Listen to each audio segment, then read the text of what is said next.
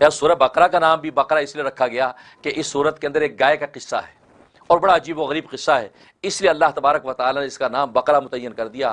حالانکہ اس سورت میں اور بھی قصے ہیں، اس لیے کہ یہ سورت قرآن کریم کی سب سے بڑی سورت ہے، سب سے زیادہ مضامین اس کے اندر ہیں۔ اس سورت مبارکہ میں معاشرت کے مضامین ہو، عبادات کے حوالے سے ہدایات ہوں، سب سے زیادہ مضامین، شبہات اور اشکالات کو رفع کرنے کے مضامین ہو، سب سے زیادہ سورہ بقرہ میں، اس لیے اس کو راس القرآن فرمایا کہ یہ قرآن کریم کا سردار ہے۔ سورہ بقرہ قرآن کریم کا سردار ہے، وہ کہ سب سے بڑی سورت اور سب سے زیادہ مضامین اس کے اندر موجود ہیں۔ تو اصل میں قصہ یہ ہوا کہ بنی اسرائیل کے اندر ایک شخص تھا، حضرت موسیٰ علیہ السلام کا زمانہ تھا، اس شخص کا نام تھا عامیل۔ اس کا ایک چچا زاد بھائی تھا، وہ غریب تھا، اور یہ عامیل بہت مالدار تھا۔ اس کے چچا زاد بھائی کو یہ بات پتا تھی کہ اگر یہ عامیل مر گیا تو اس کی ساری جائیداد اور ترکہ مجھے ملے گا، کیونکہ میرے سوا اس کا کوئی وارث ہے نہیں۔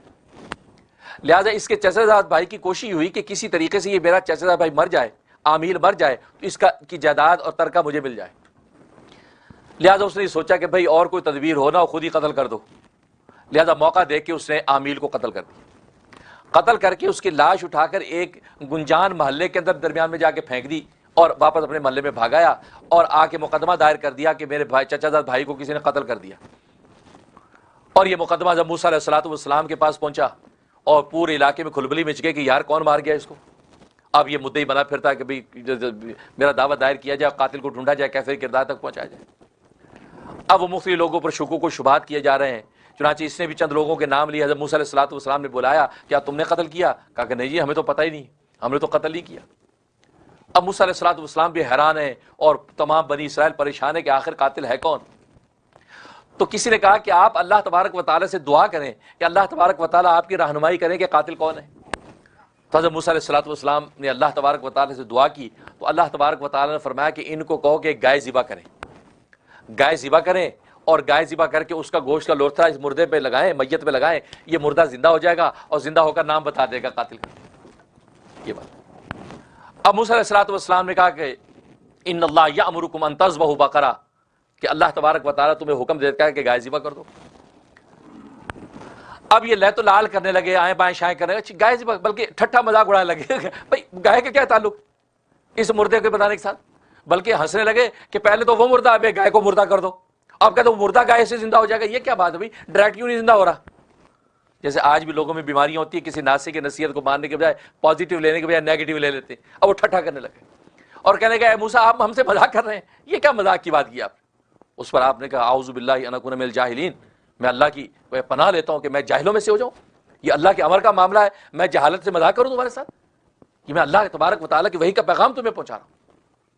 آپ کہنے لگا اچھا گائے کو خاص گائے ہوگی کہ جس کے گوشت کا لوتھڑا لگنے سے وہ زندہ ہوگا، عام گائے سے تو نہیں ہوگا۔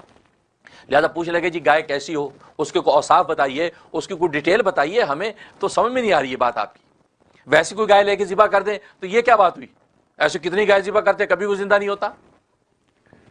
حدیث میں آتا ہے کہ سرکار دو عالم صلی اللہ علیہ وسلم فرماتے ہیں کہ اگر بنی اسرائیل کوئی سی بھی گائے لے کے ذبح کر دیتے تو اللہ تبارک و تعالیٰ اسی سے ان کا مقصد پورا کر دیتے۔ لیکن جب زیادہ سوالات کرو گے پابندیاں اتنی بڑھتی جائیں گی، پابندیاں اتنی بڑھتی جائیں گی۔ لہٰذا جب حکم آیا، حکم سمجھا، کر ڈالو بس۔ اب وہ جب سوالات پہ سوالات، اور ان کے سوالات کا مقصد تحقیق نہیں تھا بلکہ ان کا مقصد تو اجتناب تھا، بچنا چاہتے تھے وہ تو، کیونکہ بیچ میں خود قاتل بھی تو شامل تھا، اس کو بھی تو یہ ڈر تھا کہ یار یہ نہ ہو کہ واقعی یار کوئی چکر ہو جائے میرا ہی نام آئے گا۔ اب وہ بھی سب کے ساتھ مل مل کے منع پہ لگا ہوا تھا تاکہ یہ معاملہ جو ہے اس پہ گرد پڑ جائے تو پھر میراث مجھے مل جائے۔ اب جب یہ سوالات کرتے رہے اور اللہ تبارک و تعالیٰ جوابات دیتے رہے، پابندیاں بڑھاتے رہے، ایسی گائے ہو، ایسی گائے، اور صاحب سورہ بقرہ پورا آگے وقت پہ آئے گا، ساری اتنی پابندیاں لگ گئیں کہ ایسی گائے چاہیے۔ اب یہ گائے ڈھونڈتے پھر رہے ہیں کہ بھی ایسی گائے کہ جی جو حل کے اندر جوتی نہ گئی ہو، نہ بوڑھی ہو نہ جوان ہو، اس کا زرد رنگ ہو، اور ایسا زرد رنگ ہو کہ دیکھنے والوں کو بھلا لگے، سورج کے شعاعیں پڑے تو اس کا رنگ چمکے۔ تو یہ ساری شرطیں بڑھتی گئیں، اب ایسی گائے کہاں ڈھونڈیں؟ اب یہ ڈھونڈتے پھر رہے پریشان۔ ادھر یہ ہوا کہ بنی اسرائیل میں ایک صالح اور نیک آدمی تھا، اس کا ایک بچہ تھا چھوٹا معصوم، اور اس کی ایک بچیا تھی، گائے کا بچہ، اس کی بچیا۔ اب اس نے دیکھا کہ یار میرا بچہ چھوٹا ہے اور میرا بھی کچھ زیادہ وقت نہیں ہے، عمر ہو گئی ہے، یہ نہ ہو کہ کسی وقت بھی میرا جو وصال ہو گیا، انتقال ہو گیا تو اس بچے کو کون سنبھالے گا، اس کا کوئی روزگار ہی نہیں ہے۔ وہ جو بچیا تھی گائے کا بچہ وہ جنگل میں لے گیا اور اللہ تبارک و تعالیٰ سے کہا کہ اے رب ذوالجلال میں مرنے کے قریب ہوں, مجھے خود خبر نہیں کب میری جان نکل جائے, اور میرا بچہ چھوٹا ہے اور اس کے پاس ہے کچھ نہیں, یہ گائے میں آپ کا گائے کا بچہ یہ آپ کے پاس میں امانت رکھ کے جاتا ہوں, جب میرا بچہ بڑا جوان ہو جائے آپ امانت اس کو پہنچا دیجیے گا. اسے جنگل میں چھوڑ دی وہ بچیا. اب بچیا جنگل میں چھوڑ دی, واپس گھر آیا, کچھ عرصے کے بعد اس کا انتقال ہو گیا. اب وہ بیچارہ جو بچہ جو تھا بڑا نیک سالے, اس کی اٹھان ہوئی, اپنی ماں کا بڑا تابعدار, بہت تابعدار, مزدوری سارا دن کرتا, لکڑیاں اکٹھی کرتا اور وہ بازار کے اندر بیچتا, اس آمدنی کے 3 حصے کرتا, ایک رائے خدا میں دیتا, ایک حصہ ماں کے ہاتھوں میں دے دیتا, ایک اپنے اوپر خرچ کرتا, اور رات کے 3 حصے کرتا, ایک حصے میں اللہ کی عبادت کرتا, ایک حصے میں خود آرام کرتا, اور ایک حصے میں ماں کے پاس سراہنے سے بیٹھا رہتا صبح تک کہ ماں کو کوئی چیز چاہیے ہوگی تو فوراً دوں گا. اسی طرح زندگی گزر رہی. اب ماں کو بھی اس بچے سے بڑی محبت اور پیار, دعائیں دے, اور یہ بھی ماں کی بھی خدمت کر رہا ہے, محنت کر رہا ہے, لیکن ماں کو اس بات کا بڑا صدمہ کہ بیچارہ اتنی مشقتیں اٹھاتا ہے, محنت کرتا ہے, غربت ہے. جب وہ گبرو جوان ہو گیا, اب ماں نے کہا کہ بیٹا تو اتنی مشقت اٹھاتا اپنی روزی کے لیے, تو تجھے ایک بات بتاتی ہوں راز کی, تیرے ابا نے بچیا یعنی گائے کا بچہ جو ہے بچیا اللہ کو امانت دی تھی, تو جنگل میں جا, اللہ امانتیں ضائع نہیں ہونے دیتا, وہ تیری امانت واپس کرے گا. سبحان اللہ. اللہ کو بھی پہچاننا نہیں آتا ہمیں. اللہ اکبر. کیسے لوگ تھے, جنگل میں چھوڑ دیا, اللہ تجھے دے دی. اب دیکھو اللہ نے کیسے مارا. اس لیے بچوں کو جب سکول بھیجا کرو اللہ کے سپرد کیا کرو, وہ وین والے کے سپرد نہ کیا کرو. وین والے کو ڈانٹتے رہتے ہیں, خیر وہ ڈانٹو تدبیر ہے, لیکن اندر یہ اللہ تیرے سپرد کرتا ہوں, آپ یہ ہمارے اس کی حفاظت کرنا, باحفاظ ہمارا ہمیں پہنچانا, تیرے سپرد کرتا ہوں. یہ نیت کر کے فاللہ خیر حافظ وہو ارحم الراحمین, اللہ تبارک و تعالیٰ بہترین حفاظت کرنے والا ہے, وہو ارحم الراحمین. اور جیسے کہ میں نے بتایا تھا کہ فاللہ خیر حافظ, جب یعقوب علیہ الصلوۃ والسلام نے یوسف بھائیوں کے حوالے کا کہ جنہوں نے کہا انا لولا حافظین, ہم اس کی حفاظت کرنے والے ہیں, ہاں بھائی کی حفاظت کرنا, سنبھالنا, اس کو کوئی تکلیف نہ ہو جائے, تو بھائی محافظ نہ بن پائے, ضائع کر دیا. سال کی کتنے 30 40 50 سال کی زندگی اس جدائی میں گزر رہی یوسف کے. جب بنیامین کا وقت آیا کہ بنیامین کیوں دینے لگے, تو کیا سوچا کہ یار ان ظالموں کو پہلے میں نے دیا تھا, بھائیوں نے میرا بیٹا ضائع کر دیا. آپ کیا کہہ رہے ہیں کہ میں تو فاللہ خیر حافظ ہوں وہو ارحم الراحمین, اے اللہ میں تیرے سپرد کر کے بھائیوں کو دیتا ہوں, یہ امانت تیرے سپرد کرتا ہوں. جب اللہ کے سپرد کیا تو اللہ تبارک و تعالیٰ نے کیا کمال دکھایا کہ بنیامین تو آیا, اور اللہ نے یوسف بھی واپس بھیجا دیا. یہ اللہ کی حفاظت میں دینے کا فائدہ. اس ماں نے کہا کہ جنگل میں جا اور جا کے کہے اے ابراہیم اور اسماعیل کا رب, میری امانت مجھے واپس لوٹا دے جو میرے باپ نے آپ کے پاس رکھی تھی. تو ایک گائے آئے گی, زرد رنگ ہوگا, اس کا رنگ بڑا خوبصورت حسین ہوگا, ایسے شعائیں جیسے نکلتی ہیں سورج کی وہ نکلیں گی, اور وہ آئے گی, اس کی گردن سے پکڑ کے لے آنا. ٹھیک ہے, چلا گیا. یہ آواز لگائی یا رب ابراہیم و اسماعیل, اے اسماعیل ابراہیم کا رب, میرے باپ کی امانت جو تجھے یہاں دی گئی تھی آج وہ امانت میں واپس لینے آیا ہوں, اے اللہ میری امانت مجھے واپس لوٹا دے. گائے نکلی جھاڑیوں میں سے, زرد رنگ کی. اب یہ آگے بڑھا اور ایک گردن سے پکڑ لی. حالانکہ وہ گائے کی حالت یہ تھی کسی کے ہاتھ نہیں آتی تھی, کوئی جانور, کوئی درندہ, کوئی انسان کبھی آتا تو غائب ہو جاتی, بھاگ جاتی. ظاہر اللہ نے حفاظت اس کی کرنی تھی. اب یہ گردن سے اس کو پکڑ لی. جیسے گردن سے پکڑا تو گائے بولی, گائے نے کہا گردن سے کیوں پکڑتا ہے, میرے اوپر بیٹھ جا, میرے اوپر سوار ہو جا, اتنا لمبا سفر کرے گا گھر تک, میرے اوپر سوار ہو, میں تیری خادم. تو بیٹے نے کہا کہ نہیں, میری ماں نے مجھے کہا تھا گردن پکڑ کے لانا, میں تیری گردن ہی پکڑ کے جاؤں گا, میں تیرے اوپر نہیں بیٹھوں. تو گائے بولی, گائے نے کہا کہ آج اگر تو اپنی ماں کی بات بھول کر میری بات مان کر میرے اوپر بیٹھنے کی کوشش کرتا تو میرے اوپر بیٹھ نہیں سکتا, تو اب میں بھاگ جاتی, تو مجھے قابو نہ کر سکتا. لیکن تو نے اپنی ماں کی اطاعت کی ہے اور بالکل صحیح کی ہے, اب میں تیرے قابو میں ہوں. اور تجھے پتا ہے تو اپنی ماں کی جو اطاعت کرتا ہے, ماں کی جو عقیدت محبت کرتا ہے, اس کی وجہ سے اللہ کے یہاں تیرا یہ مقام ہے, اگر تو پہاڑ کو حکم دے تو پہاڑ تیرے ساتھ چلنے لگے. آج لوگوں نے ماؤں کو پہچانا کہاں ہے, آج ماؤں کو پہچانا کہاں ہے. آج کے یہ ٹین ایج بچے تو کہتے ماما یو ڈونٹ نو, بلکہ کہتے ہیں you know nothing. Don't know میں میرے خیال تھوڑی سی ہلکا ہاتھ ہے, جو نو نتھنگ میں تو بالکل سرا لگا دیا نا. ماما آپ کو کچھ پتا نہیں ہے. اب ماں بیچاری, نہیں بیٹا کوئی نہیں, چلو بیٹا چکو بات. ارے تمہیں کیا پتا ماں کیا چیز ہے, جسے 9 مہینے پیٹ کے اندر تمہیں رکھا ہے اور تمہیں سارے کمالات کا مجسم بنا کے دنیا کو پیش کر دیا. اور نبی فرماتے ہیں کہ 9 مہینے کی جو تکلیف, جو درد اس کو اٹھے, فرمایا کہ تم ساری زندگی بھی اگر ماں کی خدمت کرتے رہو اس کے کسی ایک درد کا بھی بدلہ پورا نہیں کر سکتے. آج تو ماں باپ کی نافرمانیاں بڑھتی جا رہی ہیں، اور ماں کا مقام، اللہ اکبر، ایسے نہیں کہہ دیا ایک صحابی یا رسول اللہ این الجنہ، اے اللہ کے رسول جنت کہاں ہے؟ وہ یہ سوچ کے پوچھا اسے کہ شاید ساتواں آسمان، ساتوں بھی وہ یہ خبر دیں گے، نبی تحت اقدام امی، تیری ماں کے قدموں کے نیچے، آسمانوں کی جنتیں اتار کے پیروں میں ڈال دیں کہ تیری ماں کے قدموں کے نیچے جنت۔ یہ ماں کا مقام، تاکہ تیری اطاعت جو ماں کے ساتھ ہے اس کی وجہ سے تیرا اتنا مقام ہے کہ تو پہاڑ کو حکم دے تو پہاڑ تیرے ساتھ چلنے لگے گا۔ ایک بزرگ فرماتے ہیں کہ میں بچپن میں میری ماں باپ فوت ہو گئے تھے تو مجھے احساس نہیں تھا کہ چلو ماں کی جدائی اور فرقت کیا ہوتی ہے، لیکن جب سے میں نے سرکار دو عالم صلی اللہ علیہ وسلم کا یہ قول پڑھا کہ جس نے اپنے ماں باپ کو محبت کی نگاہ سے دیکھا اس کو مقبول حج عمرے کا ثواب لکھا جاتا ہے، اور میں اس وقت سے تڑپتا ہوں کہ کاش میں اپنے ماں باپ کو زندگی میں دیکھ لیتا۔ آج ہمیں ماں باپ میسر ہیں اور ہمیں دیکھنے کے وقت نہیں، فرصت ہی نہیں ہے۔ ماں تڑپتی رہتی ہے چولہے پہ بیٹھی، سالن گرم کر کے، روٹیاں پکا کے بنا کے بیٹھی، بیٹا کب آئے گا؟ بیٹے نے آ کے ہنگامہ کیا ہوا پیزا کھانا، آج تو میں نے برگر کھانا ہے، آج تو میں نے لومین کھانے ہیں، آپ نے یہ کیا بنا دیا؟ ارے ماں کا ہاتھ کا بنا یہ سوچ کے میری ماں نے بنایا کھا تو لو، پھر دیکھو اللہ تبارک و تعالیٰ تمہیں کیا دیتے ہیں۔ حضرت موسیٰ علیہ الصلوۃ والسلام کی بوڑھی ماں ان کے لیے دعائیں کرتی تھی۔ جب ان کی ماں کا انتقال ہو گیا اور اللہ سے ہم کلام ہونے کے لیے گئے تو اللہ نے کہا ہے موسیٰ سنبھل کے بات کرنا، اب تیرے پیچھے تیری بوڑھی ماں کی دعائیں نہیں ہیں۔ گویا کہ اب جو بات کرے گا اپنی ذمہ داری پہ کرے گا، پہلے اگر تو بات کرتا تھا تیری بوڑھی ماں پیچھے دعائیں کرتی تھی تو بہت سے نشیب و فراز ماں کی وجہ سے ہم اگنور کر دیتے تھے۔ آج کتنے مواقع میں جس میں ہمیں بہت کچھ ملتا ہے پیچھے بوڑھی ماں باپ کی یہ بوڑھیاں یہ دعاؤں کی پوٹلیاں ہیں۔ ایسی اللہ نے قرآن کریم میں اپنے حق کے بعد ماں باپ کا حق ذکر نہیں کیا، اللہ نے پہلے اپنا حق ذکر کیا کہ میری عبادت کرو، شرک نہ کرو، اس کے بعد کہا وبالوالدین احسانا، اپنے والدین کے ساتھ حسن سلوک کرو۔ یار کو مقام مرتبہ ہوگا کہ اللہ نے خالق نے اپنے ساتھ ذکر کیا، اس لیے ذکر کیا اللہ کہتا ہے خالق میں ہوں، پیدا کرنے والا میں ہوں، لیکن پیدا کرنے کا سبب ماں باپ ہیں، لہذا اللہ نے ان کو اپنے ساتھ ذکر کیا کہ میری خالقیت کے اندر سبب کا جو مقام ہے یہ ماں باپ کو حاصل ہے، لہذا ان کو ان کے ساتھ حسن سلوک کرو، میرے ساتھ عبادت کرو، شرک نہ کرو، اور ماں باپ کے حسن سلوک کرو اور ان کو اف تک نہ کہو۔ یہ مقام ہے، اف بھی کہنے کی اجازت ہے۔ اور یہاں آج تو کیسے کیسے قصے سنتے حیران ہو جاتے ہیں۔ اف تو معمولی بات ہے، اف تو ویسے ہی کہتے رہتے روز، لیکن ماں باپ کو ڈانٹ رہے ہیں، ڈپٹ رہے ہیں، بوڑھے ماں باپ بیچارے خاموش سن رہے ہیں، کوئی بات نہیں۔ وہ لکھا نا حکیم الامت مجدد ملت مولانا اشرف علی تھانوی رحمہ اللہ تعالیٰ نے ایک حکایت لکھی ہے۔ ایک باپ بوڑھا بیچارہ چارے پہ بیٹھا ہے، کھانس رہا ہے۔ بڑھاپے میں کھانسی، زکام، نزلہ یہی کچھ تو ہوتا ہے بھائی۔ اب تم لوگ بڑھاپے میں جاؤ گے، جوانی آج جوانی کی تڑ ہے تو تمہیں بھی کھانسی زکام نزلے لگ رہے ہیں، تمہیں کون سے پھول لگیں گے؟ اب وہ بوڑھا کھانس رہا ہے تو منڈیر پہ جو ہے ایک کوا آ کے بیٹھا، تو باپ پوچھتا ہے بیٹا یہ منڈیر پہ کیا بول رہا ہے؟ تو بچہ کہتا ہے ابا کوا ہے، کوا۔ اچھا چپ ہو گیا۔ تھوڑی دیر کے بعد پوچھا بیٹا یہ منڈیر پہ کیا بول رہا ہے؟ ابا کوا ہے نا، کوا۔ اب تپنا شروع ہو گیا۔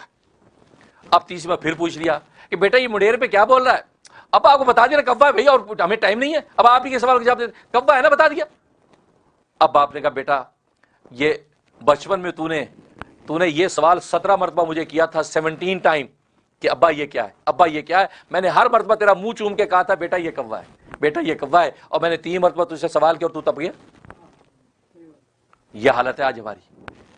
انہوں نے ماں باپ نے ایسے قربانیاں دی، تو ماں کی اطاعت پر اللہ تبارک و تعالیٰ نے وہ مقام عطا کر دیا کہ پہاڑ ساتھ چلنے لگیں گے۔ اب یہ لے کے گھر آ گیا، ماں سے کہا کہ یہ آ گیا۔ ماں نے کہا بیٹا تیرا روزگار بھی نہیں ہے، پریشانی ہے، تو ایسا کر اس گائے کو منڈی میں جا کے بیچ دے، جو پیسے آئیں کام ملا۔ تو بیٹے نے کہا اماں کتنے کی بیچوں؟ کہا کہ 3 دینار۔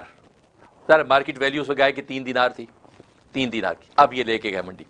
جیسے منڈی میں پہنچا تو اللہ نے ادھر اپنی قدرت دکھائی، ایک فرشتہ بھیج دیا انسانی شکل میں۔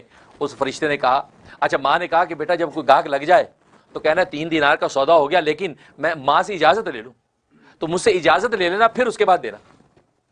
اب فرشتہ آ گیا، کہا بھائی کتنے کی ہے؟ یہ 3 دینار کی۔ ٹھیک ہے ہو گیا سودا۔ کہا کہ بس آپ ٹھہرے، میں ماں سے پہلے پوچھ لوں، اس کے بعد میں تمہیں 3 دینار کی۔ تو فرشتے نے کہا کہ نہیں ماں سے نہ پوچھ، میں تجھے 6 دینار دیتا ہوں، تو 6 دینار لے لے مجھے دے دے، ماں سے نہ پوچھ۔ کہا کہ نہیں تو اگر یہ اس کی پوری کھال بھر کے بھی سونا دے دے نا تو میں پھر بھی نہ تیری سنوں، میں اپنی ماں کی بات کی اطاعت کروں گا۔ واپس آ گیا۔ اماں سے کہا کہ اماں اسی طرح بات ہوئی۔ کہا کہ ٹھیک ہے، اس کو کہو 6 دینار کی ہم تمہیں دیتے، سودا کرتے ہیں، لیکن سودا مکمل ہونے سے پہلے کہنا ماں سے میں اجازت لے لوں، مجھ سے پوچھ لینا۔ اب وہی ہوا، جب گیا تو انہوں نے کہا جی ٹھیک ہے 6 دینار میں ہم سودا مکمل کرتے ہیں، لیکن لین دین مکمل ہونے سے پہلے ماں سے ایک مرتبہ پوچھوں گا۔ انہوں نے کہا یار میں تجھے 12 دینار دیتا ہوں، تو مجھے ایسے دے، ماں سے نہ پوچھ۔ کہا کہ میں تجھے بتایا تو سونا بھر کے بھی کھال میں دے تو بھی نہیں لوں گا، میں پوچھوں گا ماں سے۔ چلا گیا، کہا کہ اماں وہ یہ باغ کہتا 12 دینار دے دے اور تو دیتا ہوں اور ماں سے نہ پوچھ۔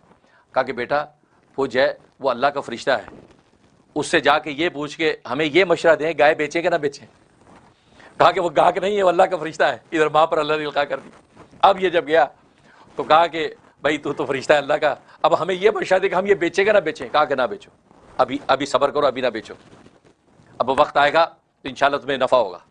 واپس آ گئے، کہا کہ اماں اس نے کہا کہ نہ بیچے، بس ٹھیک ہے بیٹا اس کو ادھر باندھ دے، نہ بیچ۔